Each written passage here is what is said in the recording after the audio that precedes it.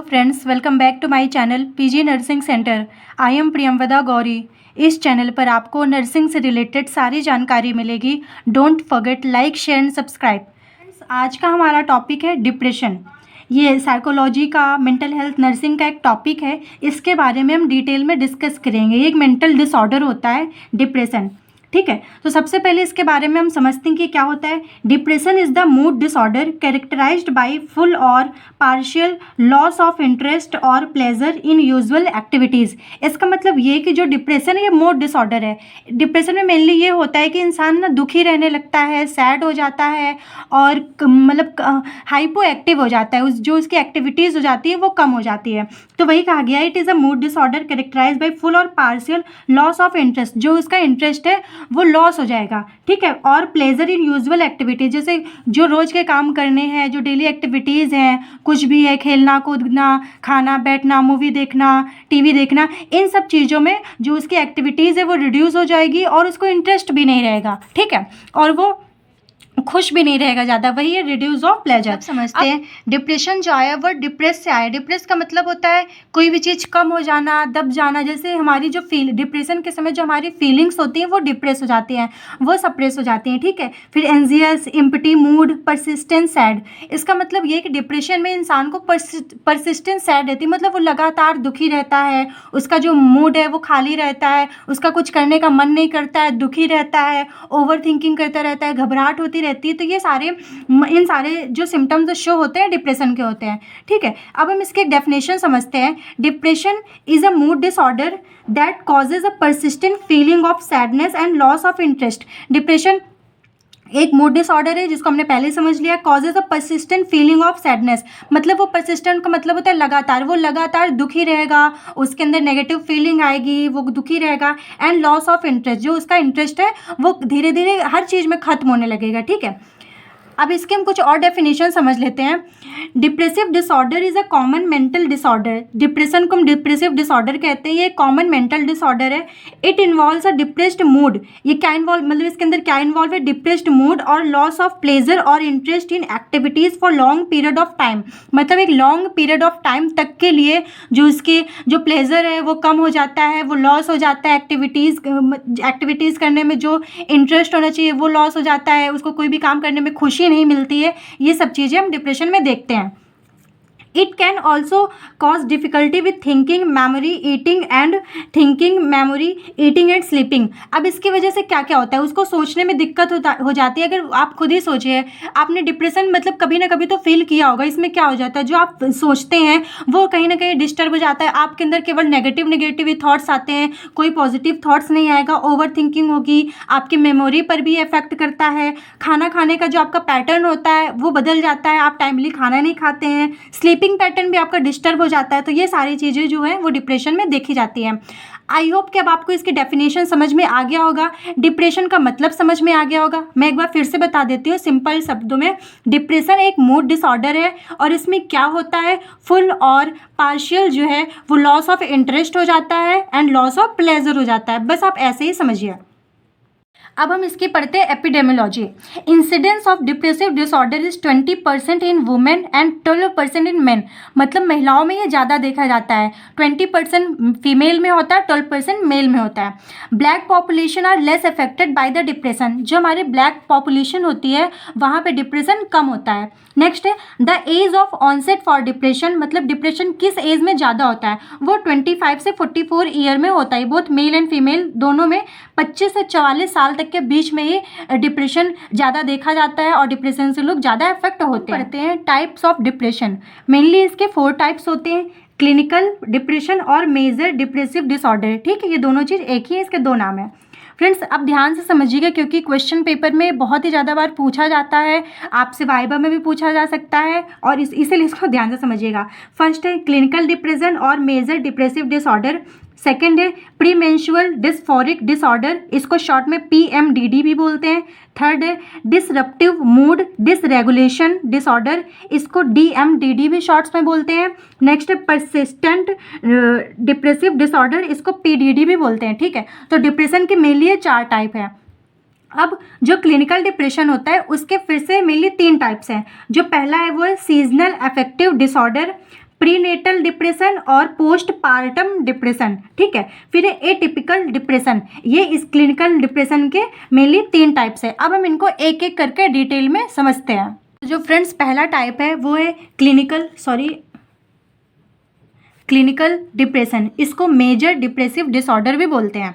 अब हम इसके बारे में समझते हैं इसमें क्या है। Clinical depression is the more severe form of depression, मतलब जितनी भी डिप्रेशन की टाइप होती है इसमें सबसे सीवियर होता है।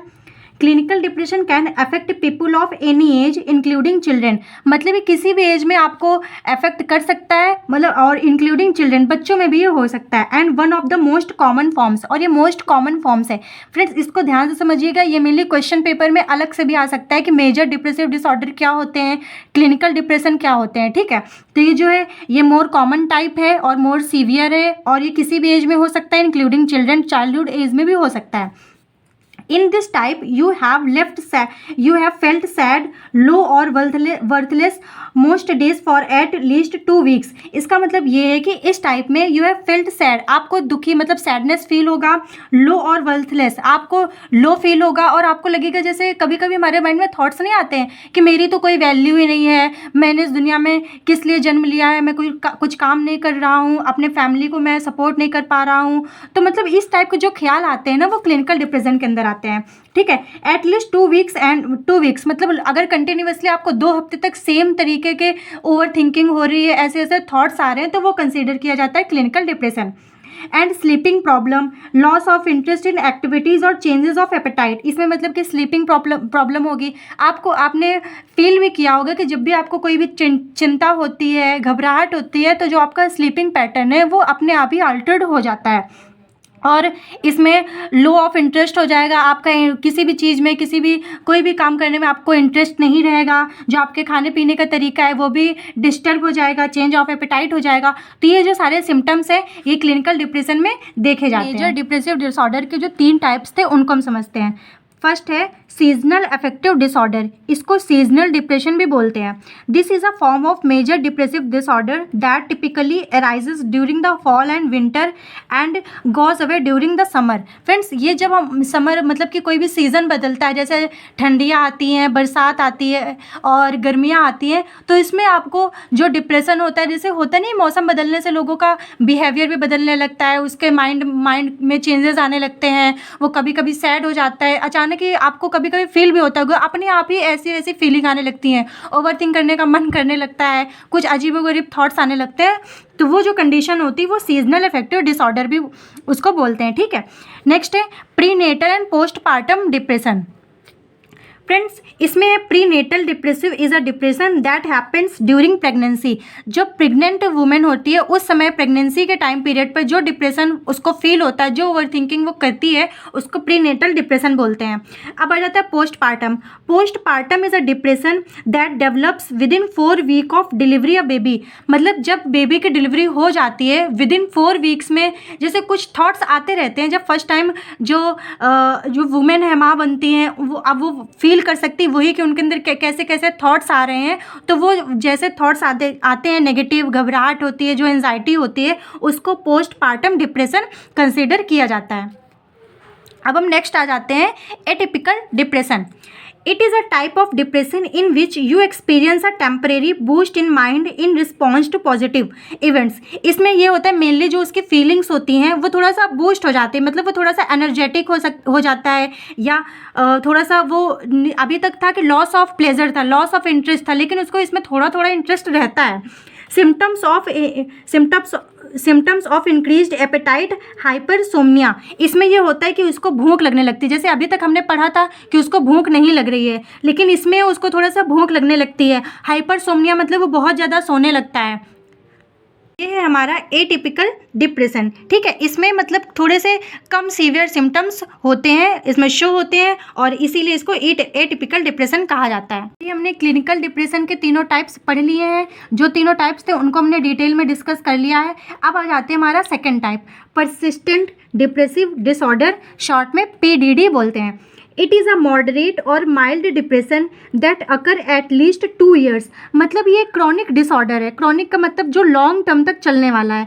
अभी तक मेजर डिप्रेसिव डिसऑर्डर में था कि वो केवल 2 हफ्ते के अंदर सिम्टम्स शो हो रहे थे या वो मोर सीवियर था, लेकिन ये है, ये थोड़ा सा लेस सीवियर होता है लेकिन लंबे समय तक चलता है। The symptoms are less severe, जैसे इसमें लिखा भी है, the symptoms are less severe than major depressive disorder. उसके कंपैरिजन में इसके सिम्टम्स जो होते हैं वो थोड़ा सा कम सीवियर होते हैं। And it is also called PDD dysthymia. इसको पीडीडी डिस्थीमिया भी कहते हैं। ऐसा क्यों कहते हैं? ये डिस्थीमिया क्या है? डिस्थीमिया का मतलब होता है माइल्डर, मतलब जो माइल्ड हो, मॉडरेट हो, उसको बोलते हैं dysthymia. But long lasting depression, लेकिन ये लॉन्ग लास्टिंग डिप्रेशन है, मतलब 2 साल तक चलिए, सोचिए 2 साल तक ये कंटिन्यूसली चल रहा है, तो इसलिए इसको हम क्रॉनिक डिसऑर्डर भी बोल सकते हैं। जैसे इसके नाम से ही पता चल रहा है, परसिस्टेंट डिप्रेसिव डिसऑर्डर। परसिस्टेंट का मतलब होता है लगातार चलने वाला, तो जो लगातार डिप्रेशन कंटिन्यूसली रहता ही है उसको बोलते हैं persistent depressive disorder. Disruptive mood dysregulation disorder, short में DMDD. DMDD causes chronic intense irritability and frequent anger outburst in children. मतलब ये जो होता है ये क्रोनिक डिसऑर्डर है और इसमें इंसान को इरिटेशन होने लगती है, मतलब बहुत ज़्यादा वो चिड़चिड़ापन हो जाता है, छोटी छोटी बातों में चिड़चिड़ा, मतलब उसके अंदर चिड़चिड़ापन आ जाता है, छोटी छोटी बातों से परेशान हो जाता है। और मेनली जब ये बच्चों में होता है तो बच्चे बहुत ज़्यादा जिद करने लगते हैं, चिड़चिड़ाने लगते हैं, छोटी छोटी बात पे रोने लगते हैं। तो ये होता है disruptive mood dysregulation disorder. Symptoms usually begin by the age of 10। मतलब इसके जो सिम्टम्स है वो 10 साल के बाद से शो होने लगते हैं। ठीक है, यहाँ पे लिखा है मूड डिसरेगुलेशन। मूड डिसरेगुलेशन का मतलब है मूड में कुछ अल्टर्ड हो रहा है, कुछ चेंज हो रहा है। मूड में क्या चेंज हो रहा है? उसको बहुत ज़्यादा इरिटेशन हो रही है, फ्रस्ट्रेशन हो रही है, बहुत जल्दी गुस्सा आ रहा है, ये सब चीज़ें डिसरप्टिव में होता है। नेक्स्ट है प्रीमेंस्ट्रुअल डिस्फोरिक डिसऑर्डर, शॉर्ट में पीएमडीडी। इसमें क्या होता है? In this mood changing symptoms, ये जो है ये एक मूड चेंजिंग सिम्टम्स शो होते हैं, such as extreme irritability, anxiety और डिप्रेशन। जैसे फीमेल होती है, जब उनको मेंस्ट्रुअल साइकिल आता है तो उस समय उनको बहुत ज़्यादा फ्रस्ट्रेशन होता है, मूड स्विंग होती है, घबराहट होती है, इचिंग होती है। तो ये जब ये सब कंडीशनें होती हैं तो उसको पीएमडीडी कंसीडर किया जाता है। These symptoms improve with in a few days after your periods start. जब आपके पीरियड्स स्टार्ट हो जाते हैं उसके 1 से 2 दिन में ये सिम्टम्स दिखने लगते हैं और ज़्यादा बढ़ने लगते हैं।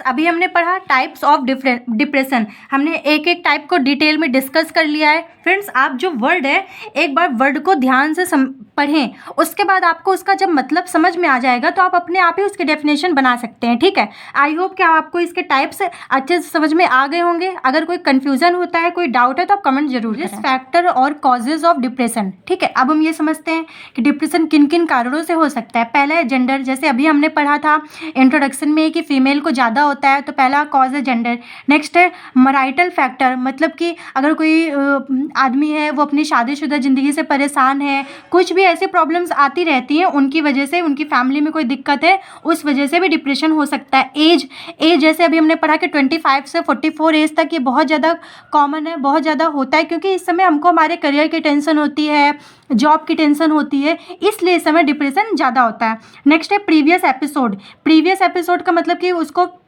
पहले कुछ ऐसा ट्रॉमा हुआ हो, कुछ ऐसा उसके साथ कोई घटना घटी हो जिसकी वजह से वो डिप्रेशन में जा रहा हो।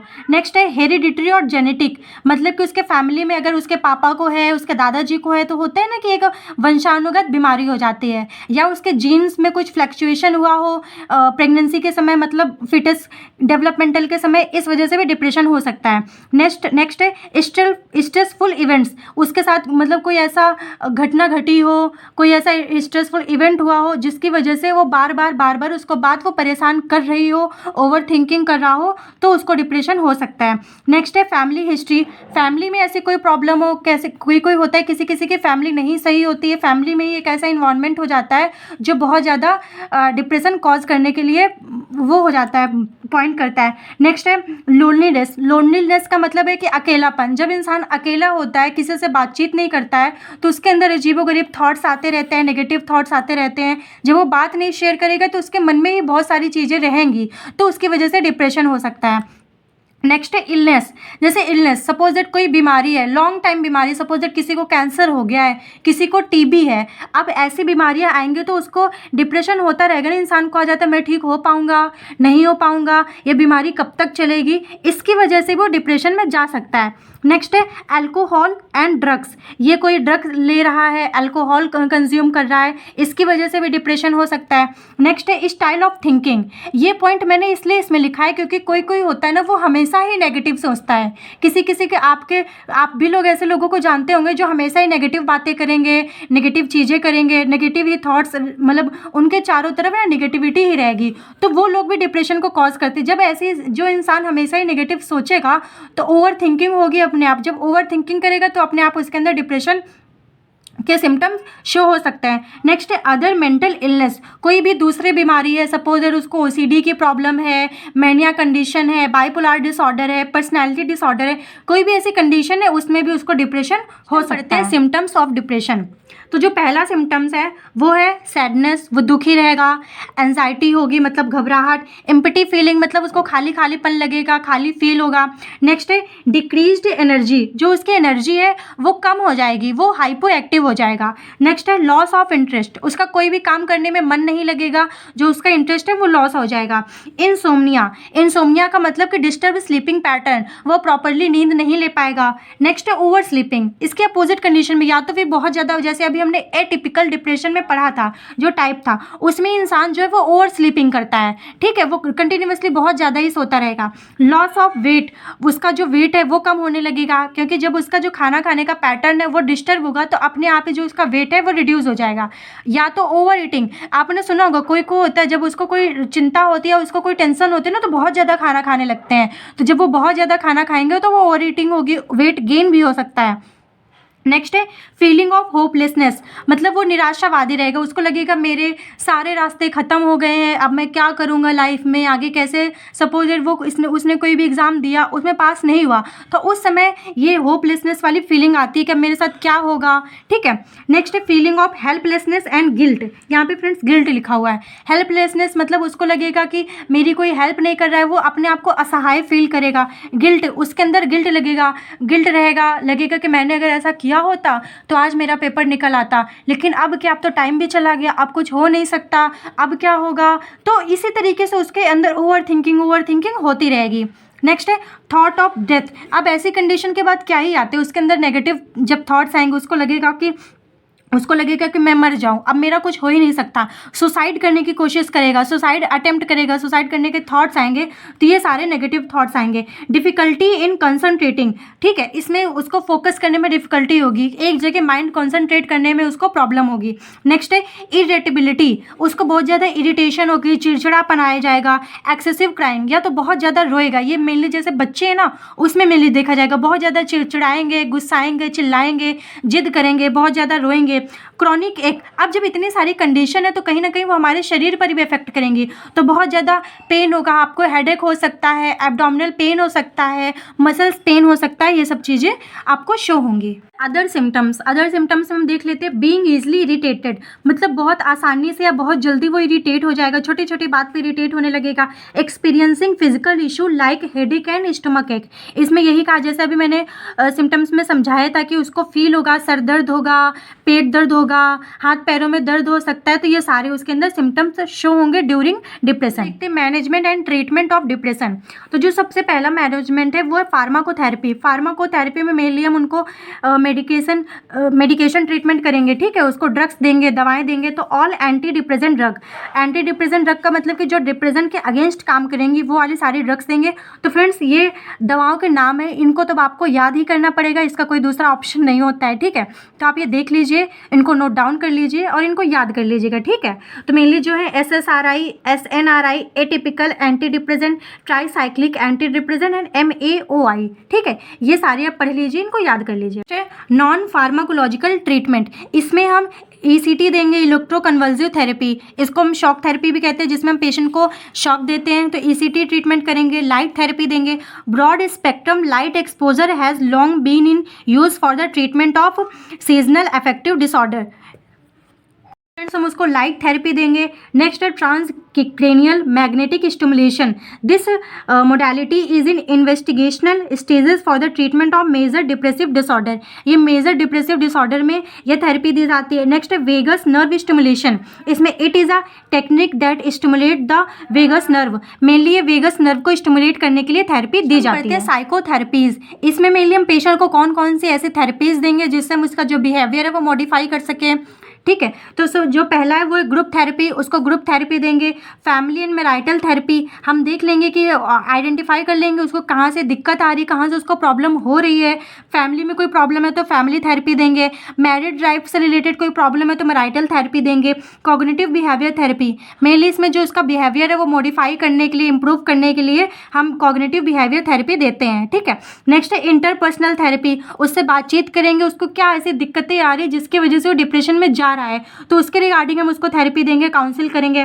नेक्स्ट है साइको एनालिटिक साइकोथेरेपी, हम ये थेरेपी देंगे, सपोर्टिव थेरेपी देंगे। ठीक है, ये सारी हम थेरेपी पेशेंट की कंडीशन के अकॉर्डिंग हम उसको प्रोवाइड करेंगे, गाइडेंस करेंगे, उसको काउंसलिंग करेंगे, समझाएंगे। नेक्स्ट आ जाता है हमारा नर्सिंग मैनेजमेंट।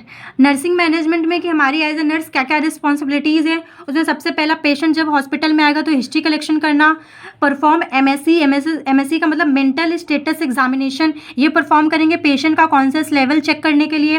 फिजिकल एग्जामिनेशन के अंदर में हेड टू टो एग्जामिनेशन करेंगे, फोकस करेंगे उसके सेंट्रल नर्वस सिस्टम एग्जामिनेशन पर। नेक्स्ट है गिव मेडिकेशन, जब पेशेंट आपके वार्ड में एडमिट हो गया तो उसका मेडिकेशन टाइमली देंगे और एसेस करेंगे। तो ये सारा हमारा नर्सिंग मैनेजमेंट हो जाएगा। नेक्स्ट है इसके अंदर हम देखते हैं अदर हम क्या क्या पेशेंट के लिए करेंगे। तो गेटिंग रेगुलर एक्सरसाइज, पेशेंट को बोलेंगे कि आप रेगुलर एक्सरसाइज करें। ठीक है, आप मेडिकेशन करें, मेडिटेशन करें, योगा करें, ये सब चीज़ें हम करने के लिए कहेंगे। गेटिंग क्वालिटी स्लीप, उसको हम प्रॉपर एक अच्छे से सोने के लिए कहेंगे कि 7 से 8 घंटे की अपनी पूरी नींद ले। ईटिंग अ हेल्दी डाइट, वो अच्छा खाना खाए, जंक फूड ना खाए, ऑयली फूड ना खाए, एक बैलेंस डाइट ले। Avoiding alcohol which are depressant, alcohol को ना ले, उसको एल्कोहल लेने के लिए मना करेंगे क्योंकि जो एल्कोहल होता है वो एक अपने आप में एक डिप्रेजेंट होता है। ठीक है, वो पेशेंट को डाउन कर देता है, उसके जो माइंड है उसको डिप्रेस कर देता है। Spending time with people you care about, जो ऐसे लोगों के साथ हम अपना टाइम स्पेंड करेंगे जो आपके वेल विशर है, जो आपकी चिंता करते हैं, लाइक मम्मी पापा भाई बहन फ्रेंड्स रिलेटिव्स, जो आपकी सच में केयर करते हैं, ऐसे व्यक्तियों के साथ, ऐसे पर्सन्स के साथ हम पेशेंट को बोलेंगे कि उनके साथ टाइम स्पेंड करें, उनसे बातें करें। तो ये सारी चीज़ें हम पेशेंट को समझाएंगे। तो फ्रेंड्स ये हमने पढ़ा डिप्रेशन के बारे में। इसमें फ्रेंड्स हमने सब कुछ कवर कर लिया, introduction, definition, types, causes, symptoms, treatment, all over जो डिप्रेशन का होता है सब कुछ हमने कवर कर लिया है। अगर आपने ये सब कुछ पढ़ लिया तो आपको कुछ और पढ़ने की ज़रूरत नहीं होगी। ठीक है, अगर वीडियो पसंद आया तो वीडियो को लाइक करें, चैनल को सब्सक्राइब करें, अपने फ्रेंड्स के साथ वीडियो को शेयर करें। And thank you so much for watching.